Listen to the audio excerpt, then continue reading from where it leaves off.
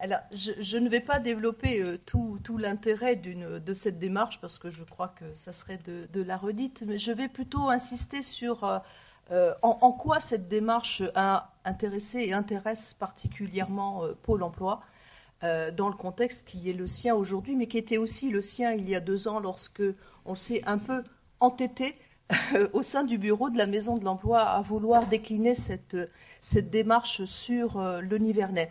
Il y a une illustration qui me va bien, moi, c'est celle-ci, hein, et ça explique tout. Pourquoi Pôle emploi dans cette démarche? Tout simplement parce que, comme la Maison de l'Emploi, on pourrait remplacer par le sigle de Pôle emploi, nous sommes bien à l'interaction du public, des entreprises et de la formation, puisque c'est un tout petit peu notre cœur de métier. Sauf que, il y a encore quelques temps, j'en parle plus aisément parce que cette période est maintenant révolue, il y a encore quelques temps, Pôle emploi devait faire face à une montée du chômage que malheureusement nous subissons tous, mais qui était particulièrement forte il y a 2 ans, et notamment sur la Nièvre, avec une évolution de la demande d'emploi quasiment sans précédent depuis les années 90, que nous avons eu, ça ne nous a pas échappé non plus, un petit moment de flottement avec la fusion, avec 2 organismes qui ont dû se construire pour en faire un seul, et que tout cela, en toute honnêteté, n'a pas complètement facilité une démarche d'accompagnement personnalisée, longue, d'accompagnement des publics où effectivement cette démarche de valorisation des compétences individualisée, contextualisée à chaque demandeur d'emploi pour chaque entreprise, nous étions dans un traitement de masse nécessaire. Nous n'en avons pas honte, nous avons fait ce qu'il fallait faire à l'époque et c'est ce qu'il fallait faire. Mais cette démarche de traitement de masse, évidemment, vous l'avez tous compris, était peu compatible, en tout cas il y a encore quelques temps, avec une démarche d'accompagnement personnalisé aussi fine, effectivement, que le nécessite la démarche Gasset. Pour autant, en tant que membre fondateur de la Maison de l'Emploi, et justement parce qu'il aurait été peu réaliste de se dire Pôle emploi va conduire tout seul cette démarche-là de son côté, nous nous sommes évidemment complètement intégrés avec les moyens qu'on pouvait encore dégager un peu à l'époque, et nous nous sommes évidemment complètement intégrés dans la démarche dont nous avons confié la coordination à la Maison de l'Emploi. Et on a eu d'autant plus raison, on le voit bien, que cette démarche est particulièrement longue et que, évidemment, tous nos financeurs attendent de Pôle emploi des résultats immédiats. Donc c'était un petit peu compliqué de mener de front une démarche de fond aussi importante et radicalement différente de l'approche que nous avions à Pôle emploi d'intermédiation immédiate entre une offre et une demande.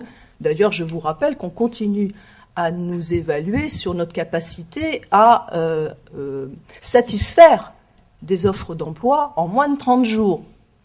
Je vous laisse juste apprécier la réalité d'une démarche où on satisferait une offre d'emploi en moins de 30 jours sur la base de compétences qui ne seraient pas les compétences acquises et valorisées sur la base d'un CV ou d'un diplôme. Donc il y avait évidemment cette intuition que j'ai partagée avec mon équipe, qui est majoritairement là et que je remercie d'ailleurs, qu'il fallait évidemment prendre le train, mais que nous n'avons pas les moyens d'en être la locomotive. Et donc, nous avons effectivement contribué, mais laissé cette coordination à la Maison de l'Emploi, et on y a participé.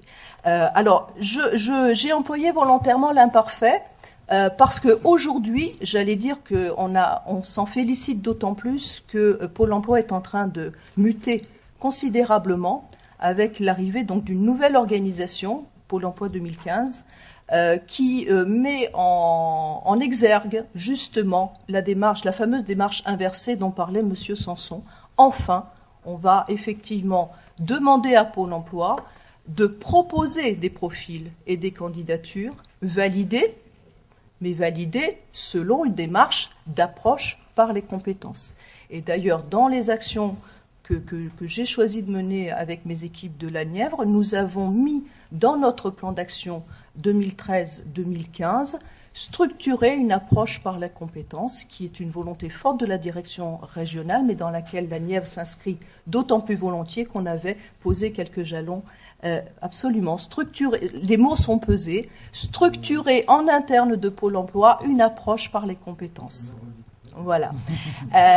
Et dans la Nièvre, on est un peu précurseur du coup de cette démarche au niveau régional. Voilà. Que vous dire d'autre, si ce n'est que maintenant on est dans les starting blocks, voilà, que la présence effectivement de tous mes responsables d'équipe, mes directeurs d'agence, prouve que Pôle emploi est prêt à y aller. Voilà. Il faut qu'en face on ait effectivement des représentations d'entreprises prêtes à entendre. C'est pas tout de suite gagné non plus, hein, encore. Mais je suis absolument convaincue et persuadée que c'est le sens du vent. Juste pour l'anecdote, je reviens de Tunisie où j'ai conduit une mission de partenariat pour aider le service public de l'emploi tunisien à structurer leur partenariat. Et j'ai visité une entreprise française qui s'appelle Hutchinson, qui a recruté massivement dernièrement, notamment des jeunes filles issues des entreprises de l'industrie de l'habillement pour fabriquer des racks pour l'aéronautique et des câbles de conduite de fluide pour les voitures. Et intuitivement, la RH que j'ai rencontrée m'a parlé de recrutement par habilité, de recrutement par une approche compétence. Elle a détaillé les actions de formation qu'elle trouvait sur son territoire. Elle a regardé chacune des actions de formation. En face, elle a regardé les profils, elle a fait passer quelques tests adaptés et elle a recruté massivement, notamment, pourquoi des jeunes filles? Voilà, parce qu'effectivement, il y avait de l'habilité dans les métiers recherchés particulièrement, et elle a recruté massivement des jeunes filles qui n'avaient absolument rien à voir, spontanément, avec les métiers de l'industrie et encore moins ceux de l'automobile. Ou de l'aéronautique. Voilà. Donc je reviens encore plus convaincue que nous avons raison d'y aller et d'y aller vite maintenant. Voilà.